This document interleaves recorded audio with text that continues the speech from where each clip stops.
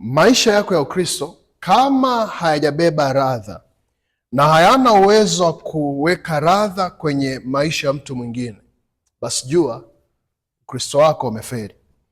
Kama Ukristo wako hauwezi kuachilia nuru ya tumaini kwa mtu mwingine, jua kabisa Ukristo wako umefeli. Ni kwa sababu namna Mungu alivyotudesign, hakutudesign tuwe tu wa Kristo jina ambao hatuleti matokeo au chachu yoyote katika ulimwengu huu, bali alituweka tuwe ni alama yake.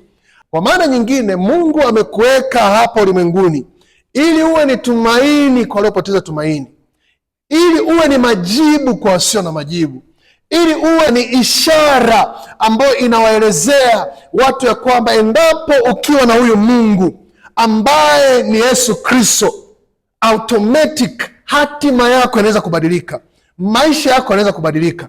Lakini kama maisha yako hayaakisi chochote juu ya huyu Kristo, jua kabisa umeshafeli, na inabidi ujiulize ya kwamba ni Kristo gani uliyempokea, ni Yesu gani ambaye umempokea. Kwa sababu usipojioji hicho kitu, utaendelea kujidanganya kudhania kwamba wewe ni Mkristo, akati kiuhalisia maisha yako hayamwakisi Kristo. Na endapo kama maisha yako hayamwakisi Kristo, automatic hicho ambacho unajivunia sio halisi. Anakuambia nikijivuna, huyu ni Paulo anakuambia, endapo kisikia nimejivuna, najivuna juu ya Bwana. Anajivunia nini juu ya Bwana? Ni kwa sababu kwa kupitia neema aliyopokea kwa huyu Kristo, alizidi kufanya vitu vingi kwa utukufu wa Mungu ambavyo vilibeba heshima kwenye ufalme wa huyu Mungu wake. So, wewe ukiwa kama Mkristo, umebeba heshima kwa ajili ya Mungu.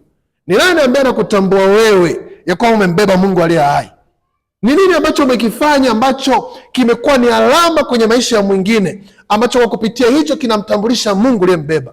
Kama hakuna na kama hauna, automatic Ukristo wako umefeli. Jioji, jitafakari. Shalom.